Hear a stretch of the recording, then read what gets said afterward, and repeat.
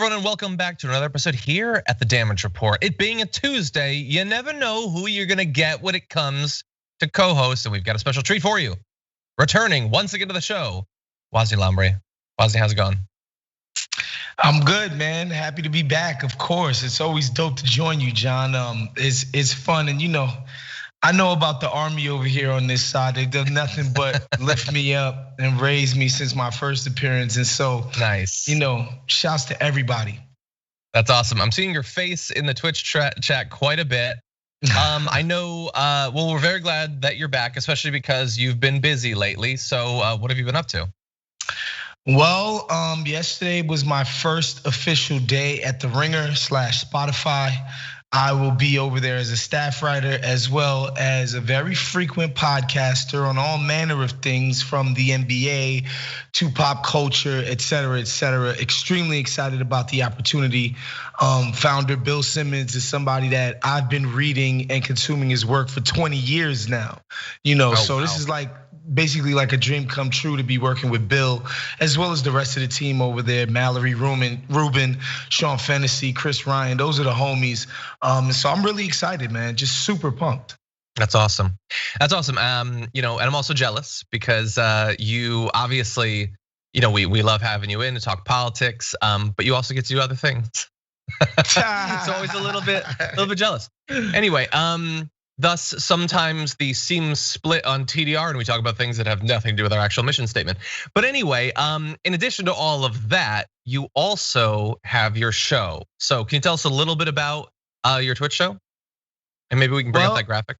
Well, Wosny is just, it's just a little show we put together where on Tuesday and Wednesday nights, you just hang out with me where, I break down some of the current news and politics, et cetera, on, just try to keep it light, try to keep it fun, but try to, give a different spin on the kind of news that's coming out on a day-to-day basis, right? There's a certain coverage you can get from the big cable news companies or the Sunday shows, but we want to do something different and alternative when it comes to covering politics and the news. And then, aside from that, we get into all manner of things, all manner of things, whether it be my social life here in LA, my dating life, et cetera, et cetera. We want to give dating advice. We want to do all kinds of fun things, but yeah, the main bag is always going to be talking about politics, specifically from a lefty slant. Nice. That sounds awesome. I like that. All manner of things. That's what we need. So that's tonight, 7 p.m. Pacific time. So everyone can check it out. Twitch.tv/TYT. You can see a lot of people just literally just screaming your name over and over on the Twitch chat. So that's awesome. They seem to like you. They really like you. Shouts to the Dragons. Exactly. Thank you everybody for watching, regardless of what platform you're on. I really appreciate you being here. By the way, I'm not gonna say what, but there was a particular call for a particular emoji that, funnily enough, the graphics team is working on right now, to my horror. But anyway, we'll talk about that a little bit later on because I have a feeling they're gonna push it out today during the show. But thank you for being here. Please hit the like button, share the stream if you haven't already. And as Wosny and I go through the news, you can send us messages, tweets, super chats, all that. And we'll respond as we go. We've got a lot that we're gonna be diving into through the course of today. A little bit of good news, both just good news, also good news coming as a result of political pressure, which is my favorite kind of good news. So we've got that on refugees, on vaccines, on paid family leave. We got a little update on what's going on in LA, actually. We don't often talk about LA specifically, but we got a bit of that today. And then Media Matters did an amazing analysis of the anti-trans coverage on Fox News. It's mind-blowing, so you're not gonna wanna miss that. And if there's time, we're gonna try the media sort of just giving the right what they want in their campaign to annihilate voting rights. So we'll get into that near the end of the hour, so stay tuned and we'll have that for you. But why don't we jump into our first big topic, a little update on something we've been talking about throughout the year. Joe Biden, just a couple of weeks ago, was announced to be completely reversing himself on his multiple promises to re-raise the refugee cap above the effectively zero level that Donald Trump had put it at. Now, he'd promised over and over he was going to raise it, and then a little bit ago, they decided maybe not so much. And people freaked out, and they should freak out in the same way that we freaked out on things like, for instance, his desire to continue border wall construction. And they backed off of that. And thankfully, it looks like they're backing off of this, with Biden putting out a statement saying, I am revising the United States annual refugee admissions cap to 62,500 for this fiscal year. This erases the historically low number set by the previous administration of 15,000, which did not reflect America's values as a nation that welcomes and supports refugees.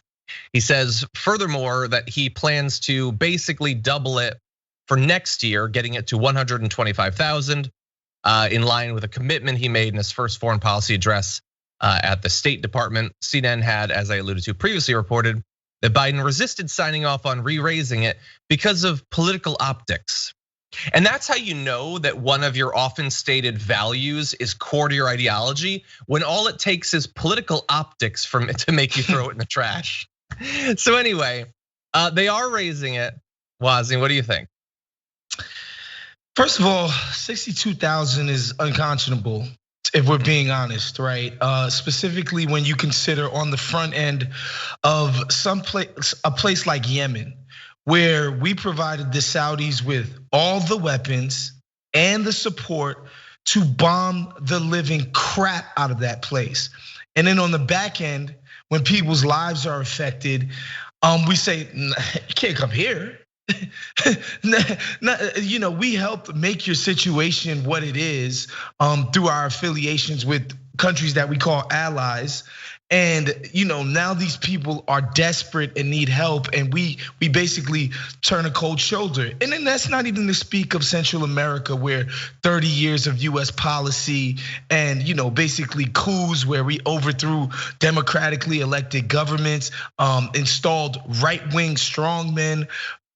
Not to mention the war on drugs, which has turned a lot of those places into literal war zones over the drug wars and drug turfs. And then on the back end of that, we turn around and tell these people whose lives have literally been turned upside down by US foreign policy that they can't come in. And then we say 62,000 like we're freaking, Mother Teresa or something.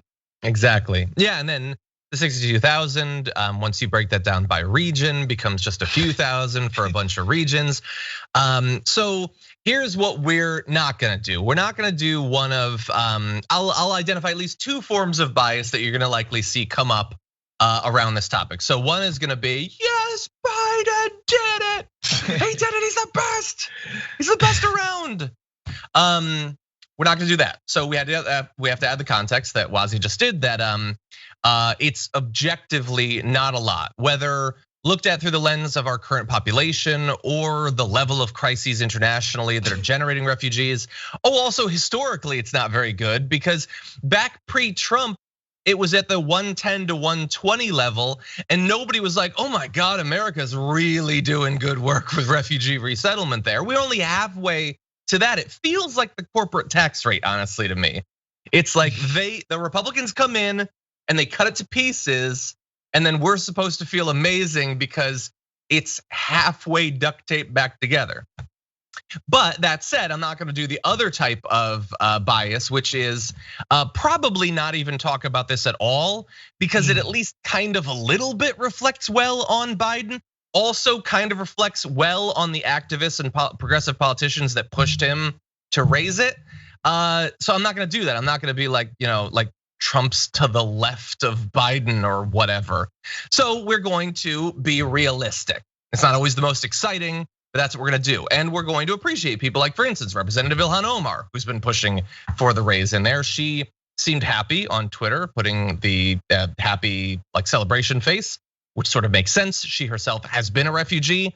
Not a lot of our representatives have, not a lot actually have firsthand information, understanding what that life is like.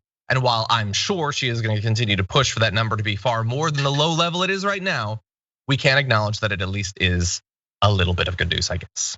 I don't know. What other thoughts do you have, Wosny? Yeah, I mean, it is good news. Of course, it's better than 15,000. That's, anybody can do that math. Even me, my remedial self could do that math. But, again, it's just, as you mentioned so beautifully, John, like, it was at 120,000, and nobody was like, oh my God, we have so many resettled refugees here in America. We're doing the humanitarian aid thing so splendidly here in America. Like, nobody was saying that. And that's not to kill Biden. To be honest, Biden is kind of in line with the mainstream of the Democratic Party. Their immigration policy has been incoherent for years. They basically kind of got creamed on the Dreamers thing. And the Mexican people who sort of came here when they were really young, and even the people across the aisle who were trying to get that stuff through, like people like Marco Rubio, got so creamed on it. They've done nothing but run with their tails behind, in between their legs ever since, right? So it's not like Biden is being some huge departure from the party. This is kind of the party's line. It's incoherent, but still, obviously, I would like to see us do more. Yeah, exactly. I just want to throw out one extra thing, and that is that, so they raised the number, but like, they're not gonna do it this year. Like the 62,000, they're not gonna get 62,000. So Biden said the sad truth is that we will not achieve 62,500 admissions this year. We are working quickly to undo the damage of the last 4 years. It will take some time, but that work is already underway. So saying it's, Trump decimated the process, the system, the paper stuff, whatever. So that's the reason. He says we might not make it the first year, but we are going to use every tool available to help these fully vetted refugees fleeing horrific conditions in their home countries.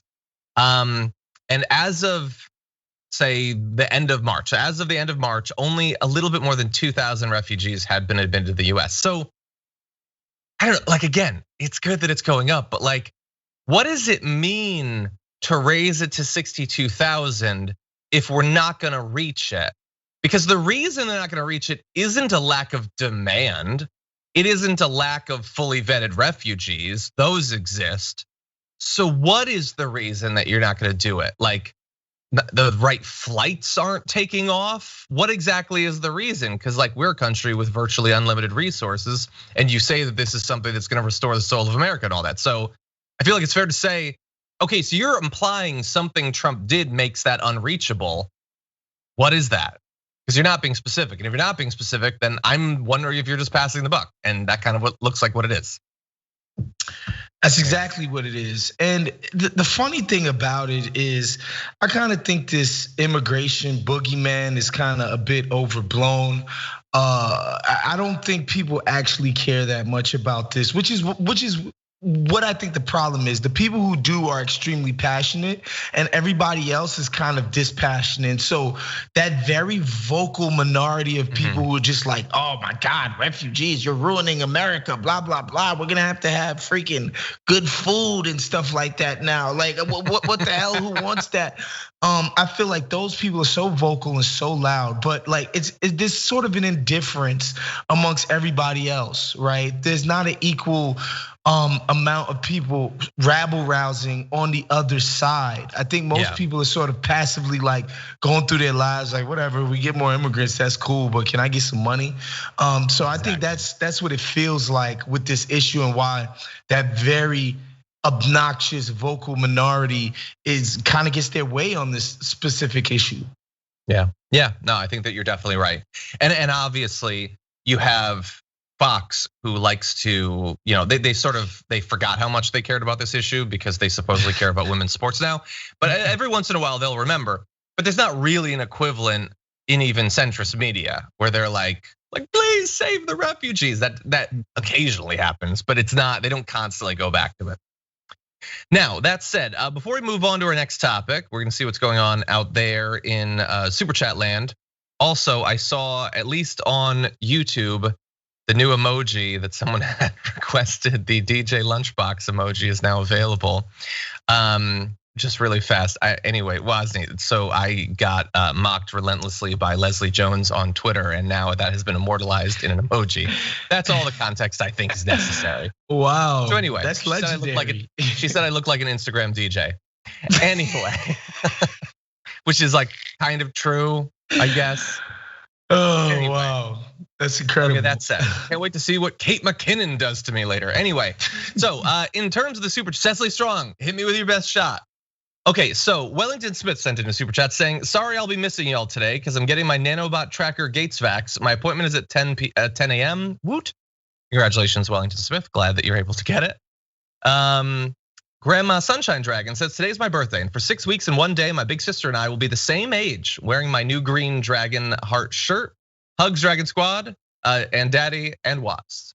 Thank you for that. Love the new green dragon shirt. Thank you to everybody for supporting it. The more people that get that, the bigger sign it sends to TYT that, hey, maybe having the graphics team spend some time on TDR, not the worst thing in the world, you know? Anyway, Sethia, thank you for becoming a member, tier 1 on YouTube, thus giving you the arguable good or bad of having access to that new emoji. Peter Hamby says, it was just yesterday that I was given an ad, Pfizer, that I missed TYT. Hopefully I'm good to drag on the news. You are, but with all those puns, you're now banned, so go away. Kidding, thank you, Peter. Dustin Byer says, yesterday I made a semi-douchey comment. I always appreciate being made aware, so I can correct myself. Currently visiting AR, so I'm chalking that up to close proximity to Tom Cotton. Much love. Dustin, yes, Dustin, I remember what you said. No, I understand. Nothing but love. Thank you for the super chat, I appreciate it. Already forgotten. Amy Durrell says, my May the 4th be with you shirt and I just got home from Pfizer #2, hoping I can spawn a crossover by merging into the board collective on May the 4th. Sounds legit, right? I would watch that movie, but then I am a nerd. And let's see, over on Twitch, Z Huddle gifted a tier 1 sub. Kelly June did as well. Thank you to both of you. Bad Rongo hit 9 months as a subscriber. Says, I am one with the dragon and the dragon is with me. Love the Rogue One reference there. Cody Zeke subscribed for 2 months. Something dragon, a bit of a lazy dragon, admittedly, in terms of naming. Hit 8 months. Thank you for that something dragon. I appreciate that. And I am looking over the Twitch comments that have been drawn out, and I am distressed by the amount of times I'm seeing the word lunchbox. Anyway, with that, why don't we jump back into the news? So we have an opportunity this week internationally for something to be done about the vaccine patents that are stopping so many countries that are currently being destroyed by the pandemic from being able to domestically manufacture vaccines. That's gonna be considered. So I thought it would be a good idea for us to take stock of, here in the US, who's in favor of getting rid of the patents and who's not. And more importantly, why? So why don't we start with those who are against it? Some with their silence and some sort of vocally against anything being done about these patents, anything being done to sort of balance the scales, with the scales having on one side billions in profits for a few mega corporations and the other a couple million people's lives. So there was great reporting over the HuffPost. Daniel Moran's reported late last night that 110 House Democrats have signed on to a letter calling on President Joe Biden to support India and South Africa's proposed vaccine patent waiver at the WTO, which is set to consider the idea again this week. So that's good that they are in favor of it. As The Intercept reported last week, factory owners around the globe from Bangladesh to Canada have said that they stand ready to retrofit facilities and move forward with vaccine production if given the chance. So if the patents are gotten rid of, if the information is given to them, they can begin spooling up their factories, produce the vaccine, and hopefully stop some needless suffering and death. For instance, the manager of Incepta, a pharmaceutical firm in Bangladesh, says they can do 600 million to 800 million doses per year. So we throw this out there because there's this belief, Wosny, like maybe not stated, that like, what's the difference if we get rid of the patent? These countries couldn't possibly produce a liquid that goes in a vial. I feel that that's out there, and I just want to remind people, no, they already make vaccines. They can make this one, and they really, really need it. But anyway, as alluded to, I will get to those who are against it. But what do you think so far? This is just ugly. It's ugly. It's capitalism at its ugliest. Not everything needs to be a method or a mode by which you turn a buck. You know, like a global pandemic shouldn't probably be where you apply your profiteering, avaricious instincts. You should probably fall back and chill and honestly get in front of being like, you know what? We're gonna save lives. We're waiving it. We're putting lives over dollars. But of course not. These are potentially hundreds of millions, if not billions of customers. That's how the pharmaceutical companies are seeing it. So it's like, why would we give up that huge customer base when we could just rein in, make it rain profits for how long, right? And it's just morally just unconscionable and disgusting. It's horrible because there's no justification for this besides just pure profit-driven motive. That's it. Yeah. Nothing else comes before that. Not human lives, not the well-being of others, not any humanitarian streak. Not that capitalistic endeavors ever really have humanitarian streaks, but again, like sometimes these big companies like to feign like they care about anything other than money. This is nasty. I look, nothing but love, but I gotta admit, you're coming off like a guy that's never wanted to install a yacht elevator in your house or have some choice in yacht. I like to color coordinate my boat shoes with my yacht, and I'm not gonna get to that by caring about whether a couple of million people, Brazil and India, die, okay? But no, obviously, I agree with you. I understand that this story is both objectively complex, I think, and also we need to understand there's a lot that, I'm not an expert in this, I don't understand. I had I think a simple solution that I talked about on the show yesterday, which is we take like $1 to $2 trillion and we just buy doses and give them freely to the rest of the world. I know it seems crazy, the idea that America would spend even one of its cents on saving people's lives, but considering all the damage we've done, which you've talked about previously, seems like a good idea. That's clearly not gonna happen. Tucker Carlson's face would explode on camera, which is a nice side effect. But anyway, so we're not gonna do that. Maybe we can get rid of the patents. But while we talked about that letter with the 110 House Democrats that have signed on to it, which by the way is like less than half of the caucus, so not a good look for half of them. Why aren't more people on there? Well, as Daniel Moran's of HuffPost, again, going to his reporting, noted, none of the 9 House Democrats among Congress's top 25 recipients of donations from pharmaceutical industry PACs have signed the letter, which is like the weirdest coincidence. That's so weird. None of them, none of the 9. And by the way, for you Tolkien fans, I love that the people most evil in this story are the 9. But anyway, Democratic reps Scott Peters and Ron Kind, they're number 7 and 19, by the way, on the top 25 list, have actually solicited support for another letter to Biden asking him to not waive the intellectual property rules. No word yet on if the letter will actually be written in the blood of international peasants who will die thanks to their advocacy for pharmaceutical funds. But anyway, yeah, so look, they're not signing on to it. They may have their own letter, and there's, for every one of those 9, there's more than 10 others who are just not saying anything. They just really don't have any opinion on this. And when you think about how many lives are at stake, and by the way, let's say that you didn't care about lives. We always have to consider that our country and the world is filled with sociopaths. How do you expect the international economy to function if some of the largest countries in the world are continually racked by COVID for the next 5 years? And then when you create this massive breeding ground for further mutated strains of the virus, I'm sure that'll never come back to the US. I don't know, Wosny, it just seems in every way you can conceive, it seems short-sighted, cruel, arguably evil. But it's the system, right? This is textbook corruption. This is textbook, by the book, definitional corruption. Yes, our campaign finance laws is such that it's legal for pharmaceutical companies to lobby certain politicians and get their agenda through at the expense of literally everybody else. Like, and I mean like everybody, Yeah. Like that this small group of people can have, sort of their will exerted upon the government is just kind of crazy, but this is what it is. And a lot of times we do a lot of moralizing about the Dems and the Republicans and et cetera, but the system is such that, man, if I don't care whether you have a D or an R in front of your name, if people are paying for you to keep you in power, you're gonna do their bidding.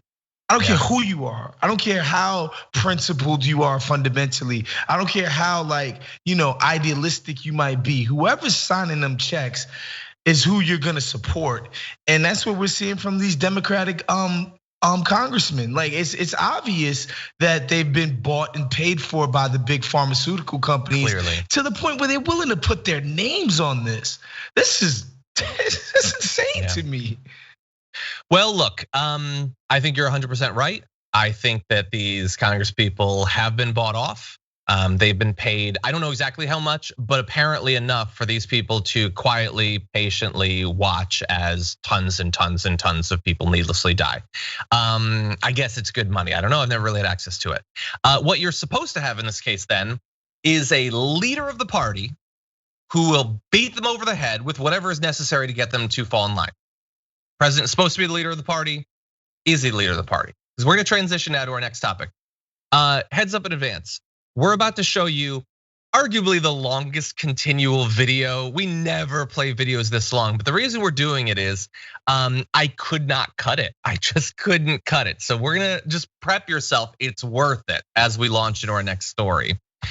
So when the WTO is debating this week the possibility of doing something about vaccine patents and potentially waiving them, one leader could be, in this topic, Joe Biden. A guy who's been asked about this topic before, has been as clear and on the record about this topic as literally anything else in politics today. But will he stick to what he says? So, Eddie Barkan put a tweet up with an amazing video, Joe Biden's own words. And I want you to take a look at this. And then hopefully this will be what's necessary to get Joe Biden to do what's right. Dear President Biden, I want to remind you of a promise you made to me and to the American people. If the US discovers a vaccine first, will you commit to sharing that technology with other countries? And will you ensure there are no patents to stand in the way of other countries and companies mass producing those life-saving vaccines? Absolutely, positively. This is the only humane thing in the world to do. Mr. President, you and I are both safe from this deadly pandemic because we could get the vaccine. And we will stay safe if you reverse Trump's inhumane policies and we vaccinate the entire world. That is the only way that we can prevent the development of vaccine-resistant coronavirus variants. But billions of families around the world aren't as lucky as you and me. India's being engulfed by this virus, and its people are utterly helpless. Coming. Mass cremations and funeral pyres now lighting. India has set a global record for daily infections and Indians deaths. are being abandoned in the teeth of a deadly disease. Only around 2% of Indians are fully inoculated. If any American leader of our lifetime has understood the value of a single life and the deep pain of loss, it is you. But you also know the beauty of salvation. You know the joys that life can bring. When I asked you last year if you would change the global rules for vaccines, you did not hesitate, equivocate, or mince your words. The answer is yes. Yes, yes, yes. And it's not only a good thing to do, it's overwhelmingly in our interest to do it as well. May 5th will be your moment, America's moment, to steer us down a more just and humane path. Governments from around the globe will gather at the World Trade Organization. They will ask America to waive the rules that are blocking them from making enough vaccines to protect their people. In this pandemic, millions of families around the world are grieving because of one stray cough, one brief mistake, one unfortunate moment. American innovation has delivered health and safety to the people of this country. But billions of people have been excluded. Their dreams are no less real than ours. Their love is no less strong, their lives are no less worthy. But because they live somewhere else, because they have less money, because the international laws are unfair, and because the pharmaceutical companies are so greedy, millions more people may die of this disease. You know that this is wrong. You know it in the marrow of your bones. In a few days, at the WTO meeting, all eyes will be on America. We will decide the answer to the world's plague. What kind of leadership will we display? The answer, Mr. President, is up to you.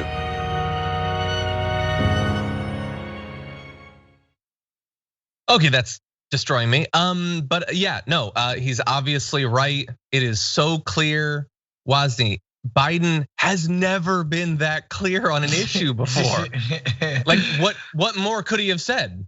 That nothing. That was powerfully done. He said unequivocally, this is what I want to do and why I want to do it, because it's humane and it's in the long-term interest of our country to do so. Like that he tell you what he wants to do and why it's the smart thing to do so, and then even adds a little moralistic twist to it at the end. So it's like it's a three-pronged argument, John. Like this is. Yeah, a lot of times Biden is kind of vague, or he does like to publicly, specifically in his rhetoric, he likes to come off as incremental and moderate. He did not do that here. And so, man, I hope that commercial goes out everywhere and he has to feel the pressure of that. And it's like, I don't care what side of this sort of culture war or whatever we want to call Democratic and Republican voters, right? I don't care where you fall on that. How can you really give a damn about the patents of some pharmaceutical company? Exactly. It's like this. That's just not something any freaking normal person, working person, could give a damn about. So this is gonna be an obvious winner. Yeah, you would think. Like, I hope that nobody does care. I don't know, maybe like 40% of Republicans or something. But like, I don't even think like the sentient manifestation of capitalism would expect you to care about that. They're like, yeah, no, I know we can get you to buy phones whenever we want or whatever, but like, you care about our patents? Really? That was too easy. But we'll see. I honestly at this point don't know exactly where Joe Biden stands on this, but I want him to feel as much pressure as possible, specifically because, as we pointed out a couple times this year, he is willing to change when there's pressure applied to him. Or if you want to conceptualize it a different way, dude backs down when you pressure him. That's good. We didn't have that for 4 years. Nobody was getting Trump to back down on literally anything. But with Biden, it's possible. So I would love to see that video. You can go on Twitter to 80's page and you can spread it there. Amazingly well done. And by the way, it's not just Biden. He's obviously the most important person here. But let's take a look at what Dr. Anthony Fauci said. Told the Times in an interview Monday that he, quote, always respects the needs of the companies to protect their interests, to keep them in business, but we can't do it completely at the expense of not allowing vaccine that's life-saving to get to the people that need it. You can't have people throughout the world dying because they don't have access to a product that rich people have access to. Everybody trusts Fauci. Biden, you want to go against Fauci? Huh? Is that what you want to do? People love that guy. And so hopefully they won't. Biden wants to be seen as like FDR 2.0. And in particular, he wants to be seen as like the most like just filled with empathy president that we've had in forever. Something, spirit of America. He's got his moonshot for cancer, which is a great idea, super difficult. We don't know if we're gonna get it, but we can totally save millions of lives this way. That is fully within his reach. So we'll have to see if he's gonna take that opportunity. Let's see. Any other thoughts? Okay, we will be watching. It's gonna happen. I think the discussion starts tomorrow actually at the WTO. So we're gonna be watching that. Now, what do we think out there in the audience? Sophie thought I was gonna forget. Well, we've got a poll up for you. You can go to TYT.com/polls. It's about the vaccine waiver. Will Joe Biden support India and South Africa's proposed vaccine patent waiver at the World Trade Organization? You can answer yes or no. That's TYT.com/polls vaccine-waiver. I know that it doesn't need to be said again, but I'm gonna say it anyway. That's what the show is. Like, we have this international body that, at least in theory, is tasked with producing international justice. And you have countries that are being devastated. And they're like, hey, like, could you please help us? And it's like, will the richest country in the history of mankind do it? I don't know, stay tuned to find out. Be like, what if aliens had landed in India and they were just like devastating Mumbai? Like America's like, I don't know, like maybe we could trade with the aliens, let them do their thing. Like it is just as crazy right now that they would have to hope, beg for the richest countries, the best off countries, the best vaccinated countries to do the right thing. So anyway, that poll is available. Feel free to go and post that. We'll give you the details, the results at the end of the show.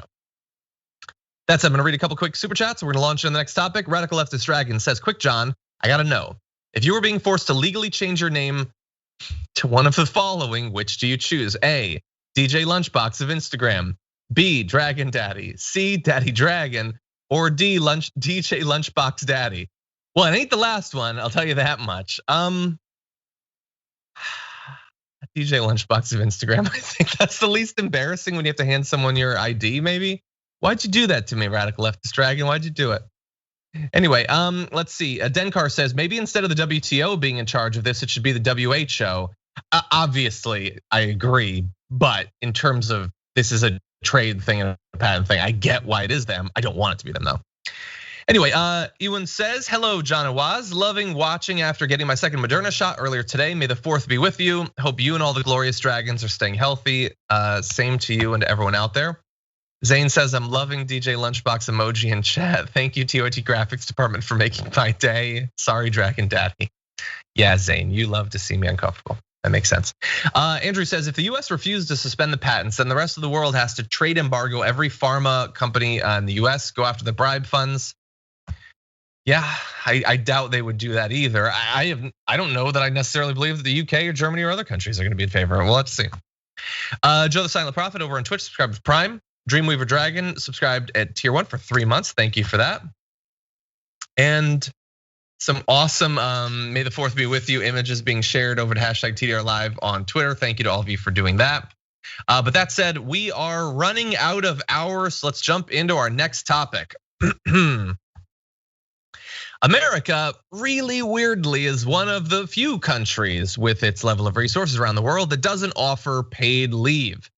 Biden is apparently planning on changing that. So we've got some details on one component of the American Families Plan. That is a $225 billion investment to provide 12 weeks of paid parental, family, and sick leave to virtually all American workers in the next 10 years. Now, up until right now, no US president has ever even introduced a plan to create a comprehensive paid leave program at the national level. I feel like it's worth pausing on that sentence. Like, they didn't do it under Obama.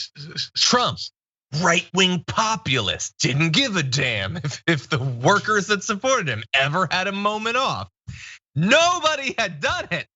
Like for any of the, like they list all these potential reasons. So within 10 years, the plan would guarantee workers within 10, everything's within 10 years.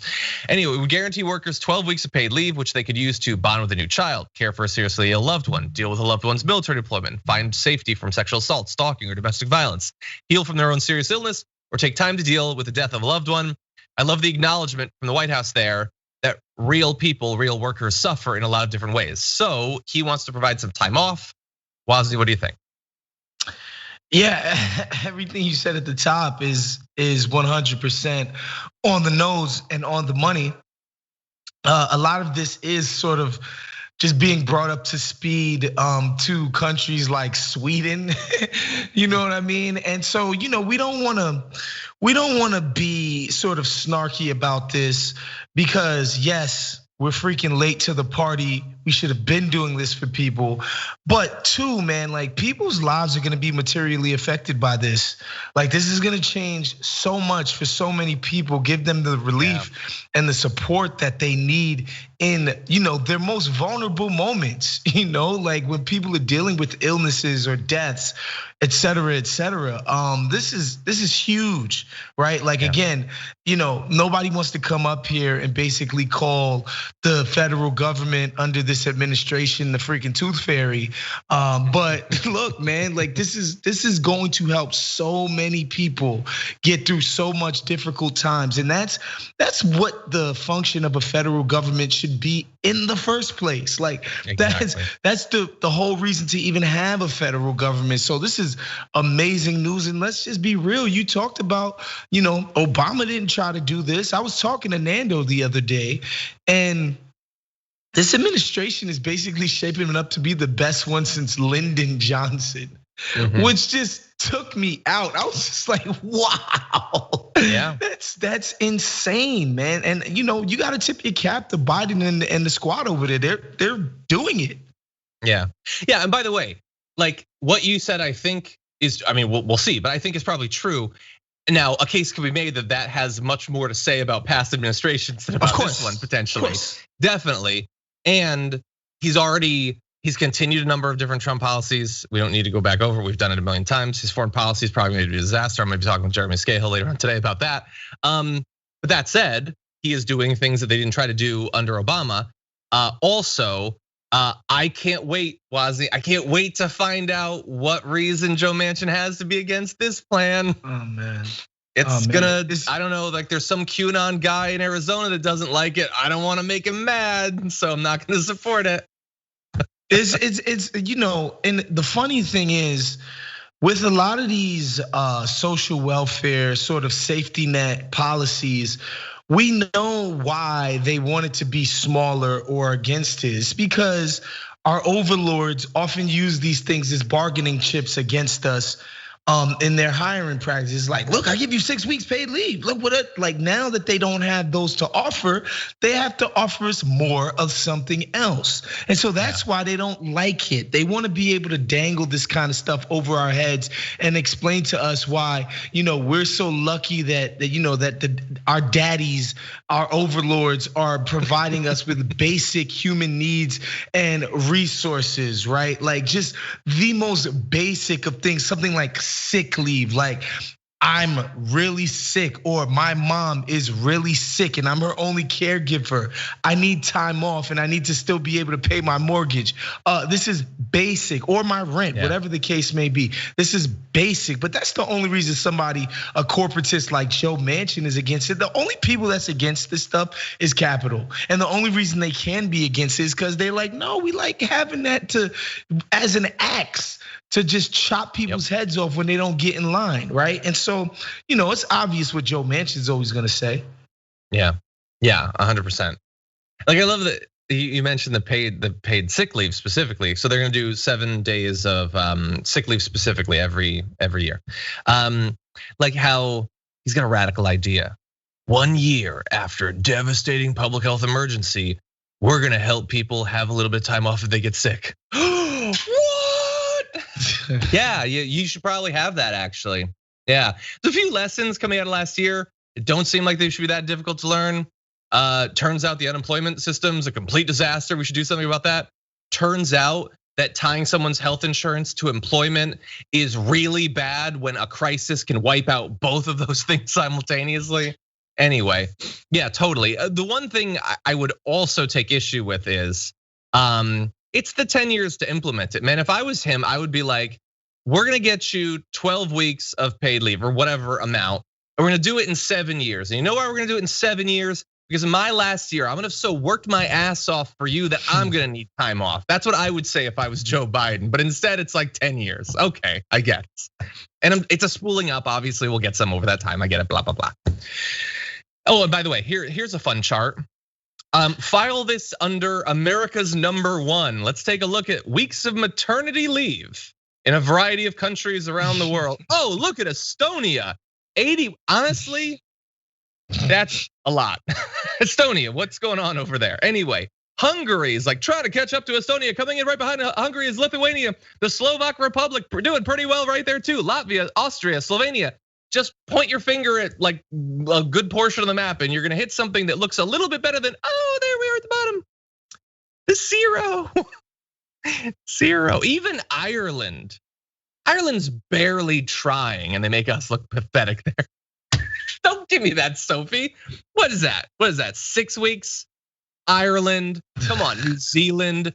I've heard how you're a paradise. Look at Estonia. You're not looking so good. Anyway, we look so terrible. God, this myth that we have generated about how great we are, it relies on not traveling at all.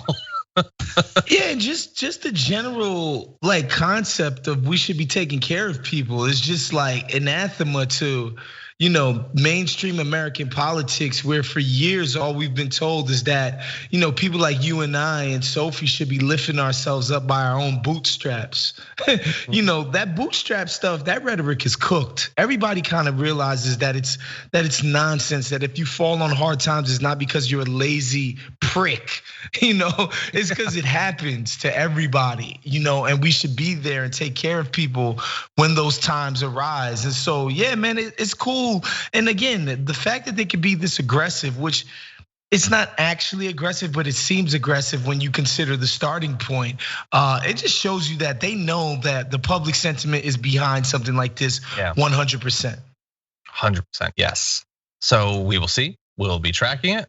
And as with all this legislation, let's find out Manchin and Cinema gonna have some saucy Instagram pic of her with like nice nails and saying you don't get any leave. Let's find out. Anyway, with that, let's turn to some good news. And for the few people in the audience who don't live in LA, you're gonna feel a little bit excluded, but deal with it. I wanna be happy for a moment. Okay, very good news in LA County, where I am located. Wosny, you're off in a different part of LA County, but not too far. We've got some good news. Read online, for the second straight day, LA County is reporting 0 coronavirus deaths. Last time that happened was March 2020, when the state first went into lockdown. I believe it's 410 days of deaths, but we've now hit no deaths. We had just 255 cases. Our county alone has had 1.23 million and just 255, 0 deaths. We've had 24,000 deaths just in this county. 390 people are hospitalized. So that is going down as well. By the way, we recorded our first COVID death back on March 19th of last year when 4 people died. That was like a day or two after we went on lockdown here at TYT. And every day LA County has lost someone in the meantime. So Wosny, like it could get bad again in theory. I'm gonna give some reasons to believe that that isn't likely to happen. But what are your thoughts about LA's progress? It's funny because I remember when the vaccine rollout started happening, and I remember this sort of idea that people needed to be sold on the vaccine and its efficacy, that people would need to be campaigned into getting vaccinated. And then when they started rolling it out to the public, everybody who was trying to get appointments couldn't get one. Which said to me that people wanted to be vaccinated. And as they've ratcheted up the amount of dosages that have been made available to people, people are taking advantage of it, getting vaccinated, and here's your result.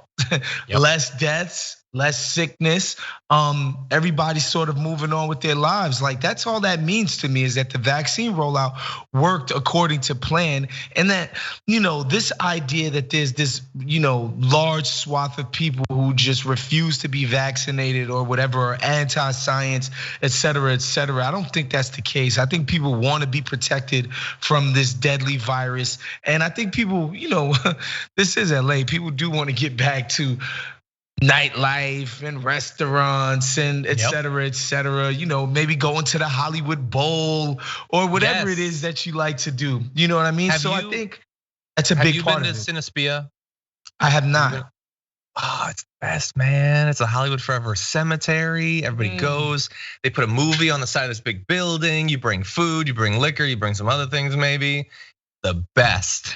Oh God, I can't wait to do that again. Yeah, that sounds amazing. The first time I went to Hollywood Bowl, I was just blown away by the fact that it was BYOB. I just thought that was such a great concept that you could just, bring a couple bottles of wine, listen to Solange, and just get going.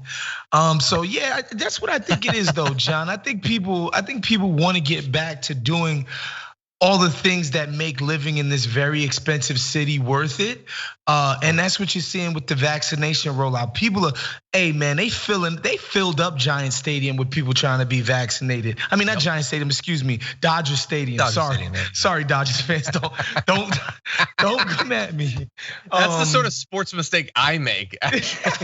You're the expert. Yeah, and so that's all it is. I'm proud of the city for for the people who were in charge, all of those workers who were in charge of getting this stuff through. They've been amazing. The work that they've done on the ground, as far as both the testing people and the administering the vaccines, it's just been dope to watch. And honestly, if you leave out of your house in LA the last week or so, people are freaking back outside. Yeah. So this is dope to see. Yeah, I will say this is the most anecdotal thing I've said in a long time, but I feel like I see more mask compliance than I did like 6 months ago. I feel like that last spike in LA did get more people to wear masks. And the thing is, we might not need it for that much longer, honestly, because people have been so responsible. They've really wanted it. Like I remember tweet went around a couple weeks before I got vaccinated. And it was like, Cal State LA is opening up to anyone, just sign up. And you don't even need an appointment, just show up. And they had to close it down because so many people wanted to get it. So just heads up to other parts of the country that, I don't know, like watch Tucker Carlson or whatever. Why do we have no deaths? Vaccine doesn't work, right? They've been lying to you. What's stopping all the deaths then? Anyway, let's see. Oh, also, by the way, California now has the lowest COVID rate of any state in the country, after at one point being like the worst in the country. We had 290 deaths on January 8th. Damn. And now 0. So anyway, good job everyone. As Was pointed out, the healthcare workers that made it possible and got us through those really dark times. Thank you so much for that. It's good to see the city starting to come back. Can't wait to see movies, go to places, go to the mall, all that stuff. Wait, I've heard, have we made history? 2 new emotes in one day on YouTube? I appreciate the great work from the graphics department, because your first emote enraged me. But now we've got a Wosny emote that's gonna get people to forget about the DJ Lunchbox emote. That is some great news. So let's see that emote in the chat, available to all of our members. Let's see that start to spread. Oh, it's a good one too. I think it's taken from the promotional full screen for the show. Nice, okay, cool. Now that said, we are running low on time, so we're going to do like 2 or 3 super chats and then roll into our last big story. Bad Dragon Shelby says, yay, so glad I made the live show. Been back to working night shifts since getting fully vaccinated a month ago and have missed my morning TDR. By the way, no side effects for me. Great show, sending love. That is great to hear. My wife just got her second Moderna shot yesterday, so we're like watching for it, but so far it's been good. Thank you to Phyllis Masters for becoming a tier 1 YouTube member. Non-Human Humanist says, Hungary was even more, they paddled back, is actually 3 years, could be split between parents and grandparents. It's considered as employment. I think that's about the leave. Thank you for that. Edwin says, if you flip the chart upside down, we'll be #1 again for the leave. Always looking on the upside, Edwin there, thank you. Sorkin Dragon says, spam Joe Manchin with hashtag roadblock. That's a good point, a reference to an interview we had not that long ago. Heather Larson says, when you think that Fred Banting, a great Canadian, waived patent right on insulin in order to save lives and Big Pharma still charges crazy prices, yeah, that's a good point. That's a good point, yeah. Binklebonk says, New Zealand has ordered enough vaccine for ourselves and our Pacific Island neighbors. See, that's how you do it. We could do that. We could totally do that. Quaker Lady says, got my 2IT Green New Deal t-shirt today. Love it, awesome. Can't wait to see that out in the wild. And finally, Lawrence Wells says, may the 4th be with you, John and Waz. A lighter tone question. What is /are your favorite type of lightsaber and color blade? Or maybe you like other weapons, let us know. Is that something, Wosny, that you care about lightsabers? This is gonna sound, I've never seen a single Star Wars movie, ever. I know. I have a general, I know what lightsabers are. Obviously, it's the weapons that they use. It's like a sword with a laser. And I know who Chewie is. And I know that Harrison Ford was in the original joints. But yeah, I know people complained about the prequels or whatever it was that came out in like the 90s or early 2000s, whenever that was, like Revenge of the Sith and all of that. But yeah, I've never watched Star Wars. Never. I've never watched the movie. The problem with me, John, is that most of the movies that I watch or want to watch involve either sex, money, or murder. That's kind of the. They do need more of that in Star Wars. There's not a lot of like full nudity in those movies. Where's our adult Star Wars? Exactly. Okay. And in a few ways, that I guess that's what Game of Thrones kind of was, like a sort of fantasy, science fiction type of situation where we show people's naked body parts. That's a good point. Yeah. Good times, good times. I will say, Lawrence, for me, I could go several ways, but I'm gonna say, let's go with something like a 3-piece rod, that classic martial arts weapon, but the 2 outer pieces are blue lightsabers. I would kill myself in about 3 seconds, but it would look awesome as I did it. Thank you for that super chat. Now, that said, let's launch into our last topic. We don't have much time. And my producers told me we would not get to the F block, but the joke's on them. I never thought we were going to, but we're gonna do it tomorrow. It's gonna be awesome. So let's jump into this. We know that Fox has spent a lot of time recently pretending that they care about women's sports, pretending that their insane level of coverage about trans young athletes is anything other than fear-mongering, xenophobia, and demonization. But you might not have known how bad it's gotten if you don't watch Fox News religiously, as they do. Well, Media Matters has done an analysis of the number of segments about these topics that they've done, and I want you to take a look at this chart.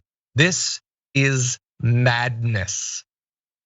In March, they did 30 discussions, 30 separate discussions about high school trans athletes. Now, they've been talking about it off and on for the last couple of years, but they've done more in the past, like so far this year, than in the 2 years before it. And look, I'm not an expert on sports, so Wosny, let me ask you a question. Have the last 4 months been really big for trans athletes taking over literally every sport? Is there some kind of crisis or emergency that has reasonably and rationally generated this level of coverage from Fox News? No, of course not. It's not an emergency, just generally speaking. There isn't some scourge of trans athletes just shattering state title records and just grabbing up all of the scholarships, the college scholarships, athletic ones anyway. It's just, there's no data to back this, man. Like, it's like 9 people in a country of 350 million. Like, it's just the fake fear mongering. Again, as you know, John, they can't come out and effectively attack something like paid sick leave. They can't come out and attack Biden for that. They can't attack Biden for wanting to give people jobs in the infrastructure bill. They can't attack him for that. So they figure out, all right, we gotta get him on this flank because the Dems don't say horrible things about trans people, so they must be extremists on every issue involving that group of citizens. It's obvious, it's pathetic. It kind of shows that like Biden's agenda just overall has a lot of popular appeal. His actual agenda. So the fact that they can't come out and attack them, because we remember what happened when Barry first got up in there in 2009. We had a whole fake populist movement called the Tea Party. We had all kinds of, it's just that his values don't align with us. Like there was so many ways that they could attack Barry. That's just it's just obviously not effective with Joe Biden. And all of his freaking policies have very wide popular appeal. So they are stuck between a hard even among Republicans, yeah. Even amongst Republicans. Totally, yeah. No, they can chase their tail with this crap. Yeah, and do quite a bit of damage to people who are struggling with a very difficult part of their life at that age in a lot of these states around the country while doing so. Yeah, Fox, like Biden's a crazy commie Chinese radical, right? You should be like loving this. You should be striking down all of his socialist propaganda and his socialist plans. Why don't you want to talk about that? Why are you talking about sentient potatoes and kids' books you haven't read? And trans athletes, it turns out as well. So let's dive into a few more of these numbers because Media Matters did a great job on this. Here's one of the most amazing things. So 126 different separate discussions about trans athletes over the last 2 years. 72 just this year. Across all of that, they named 9 particular trans women athletes, one of whom's not allowed to compete, none of whom dominate their field. Their argument from the very beginning has been women's sports, which we care so much about, just doesn't work anymore because these trans athletes have destroyed it. And so we need to ban them. They have not cited one single instance of that. I would argue that even if they were capable of doing that, that doesn't justify anything like a ban at all, obviously. But they haven't even tried. they just talk about it. 126 discussions. They've also cited it randomly during other discussions 58 times, just randomly bringing it up. I often tell people the little anecdote of one of the times that I was on Larry King, and there was a conservative from the Daily Wire on, and we were sitting in the green room, and there was like a moment of silence, and then he just randomly brought up his issues with the trans community. It was the weirdest thing. It would be like if I just randomly talked about like my last game of D&D. It's like, who do you think I am that you think that's what I want to hear you talk about? But anyway, yeah, they just randomly talk about it. They just attack him. Tucker Carlson did 27 discussions on his show alone. Tucker Carlson, the very reasonable guy that leftists can totally work with, did 27 different xenophobic, hate-mongering, anti-trans segments in just the last couple of years. Have I done 27 segments on literally anything other than maybe COVID? And Pop-Tarts, arguably. But I have a personal problem. That's really about me, not about the Pop-Tarts. It's just crazy, Wosny. And he's huge audience for this sort of baseless fear-mongering. Yeah, and the dumbest part about all of this is this idea that they're trying to peddle that dudes are like, they're like making themselves into trans people just so they could kill girls at sports, which ignores the reality of trans people's lives. Okay, like these people get attacked and abused at a higher rate than the rest of the population. Suicide rates are higher because of the treatment that they get amongst society as basically second-class citizens who aren't worthy of love and dignity. Why would somebody sign up for that voluntarily? Who's lining up to do that? To get a couple of high school trophies? It just doesn't make any sense whatsoever. And again, it goes against what we should be doing, which is like trying to make these folks' lives more aligned with everybody else in the country, right? Like that they're allowed to have some level of dignity and respect. That's what we should be trying to do. Instead, we're demonizing these people with some made up horrible idea that just to get, a couple of fake medals during high school or even college athletics, if we're being honest, this idea that level of glory is worth all the stuff that comes with being a trans person is just stupid. Yep. And so Media Matters is focusing here obviously on Fox's coverage of it, but Fox's coverage of it has an effect. So many state legislatures have already passed legislation just this year about this. They did that because it was talked about on Fox News. And even if their argument, if they actually tried to support it, and if it was actually true that these athletes were dominating it, again, that doesn't actually prove that their solutions are moral or just in any way. But they're not even trying to do that, ignoring that, like people don't just do high school sports, as well as saying, to win trophies. They're growing up. They're trying to find acceptance. They're trying to figure out who they are. But I'm making the mistake of treating them as people. So they're obviously not going to understand that. But anyway, I just want to make sure that the audience knows that, like, how can you talk about it this many times, never acknowledging like the people that are supposedly doing these things you consider so bad, not having on, like how many of those conversations had a single trans person in them? How many trans people does Tucker Carlson know? Like I just hate it. I hate that it's so influential that they've made so much money off of doing it. Anyway, we have unfortunately reached the end of our show. Wosny, as always, thank you so much for joining us. So as we talked about at the beginning of the show, you've got some new endeavors. So where can people go and when can they go there to see your writing, to see you on podcasts and all of that?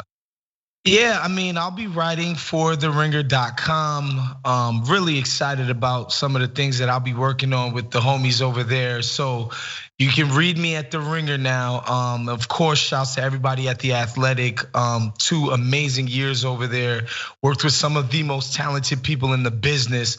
So shouts to everybody over there still at The Athletic. Love you guys. But yeah, you can read me at The Ringer now, and I will be populating several of their podcasts because awesome. They are one of the titans in the podcast game as far as the studio is concerned. So I'm really excited about just being able to bring whatever it is that I have to offer to, a world and an infrastructure that they built to be so damn amazing. So I'm excited for the opportunity. I can't wait to hit the ground running. But of course tonight, we're doing our work with TYT, Wosny on the TYT Twitch stream. We're gonna have a lot of fun. That's gonna be the point of it. And it's gonna be Wednesday nights too. Tuesday and Wednesday nights at 7 p.m. Pacific Standard Time. We're gonna go crazy. Awesome. Sounds like fun. Thank you again. Have a good day, man. Later, y'all. And for those of you at home, let me read a few more comments. I also want to get to the results in the polls. So we covered Joe Biden's past stance on getting rid of the patents on vaccines so that people won't die needlessly. But we also know who he is and we know who the Democrats are. So the audience turns out pretty split in our poll. So we asked you, will Joe Biden support India and South Africa's proposed vaccine patent waiver at the World Trade Organization? There was 51.32% yes to 48.68% no. I believe that is indisputably the closest we've ever had on one of these. So that is amazing. Thank you to everybody who took part in that. These polls are always available at tyt.com/polls. In fact, if you go over there right now, there's probably others as well that they might cite on the main show. So consider that. That said, a few super chats before we close things out. Gabby says, as an immigrant, I have to say it is very expensive and takes a long time. Thank you. I assume that's a reference to the refugee resettlement that we were talking about earlier. I'm not 100% sure, but thank you for your super chat. Bridget says, when you let capitalism run rampant, it will destroy itself and take everyone with it. We're in the middle of that process right now. Quaker Lady upgraded their membership to tier 2. And do you know what Quaker Lady just got access to with that tier 2 YouTube membership? Well, the top 10 list. So Francesca and I do a different top 10 list every week on Mondays, available to our tier 2 and tier 3 members. Yesterday, we did the top 10 things we don't want our tax dollars going to anymore. And we had much less overlap on our list than I actually thought that we would. So that's available if you want to go take a look at it. I'm getting a comment from Bart. Let's see, Quackadak says, we traded with the British when they were annexing India. Why not aliens? We get laser guns to destroy the Middle East. Yeah. What is Bart saying? Okay, you gotta put it in there for me to see it. Oh, I see. Oh God. Bart says, John, I would suggest rebranding you as DJ Metal Lunchbox. As a kid growing up in the late 70s to early 80s, I witnessed a lot of brutality of bullies towards the nerds of the day. Never make a nerd mad because nerds would become badasses by weaponizing the metal lunchboxes in fights. I've seen a few of these fights. Some of them were awesome. The schoolyard is a prison yard. And this is the reason why lunchbox companies can now make plastic lunchboxes. I'm just trying to make you a badass, John. Bart has seen some stuff. He's got that 1,000-yard recess stare. Well, thank you for that, Bart. Do appreciate it. Thank you too to Ryu for subscribing for 5 months on Twitch. JK as well. And Buttered Pop-Tart Dragon, who just hit 2 months. That is a dragon after my own heart right there. Well, thank you to all of you. I'm gonna go talk with Jeremy Scahill about the legacy or the past of Joe Biden's foreign policy and what we might expect for it going forward. But until then, stay safe out there, stay sane out there, and we'll see you soon.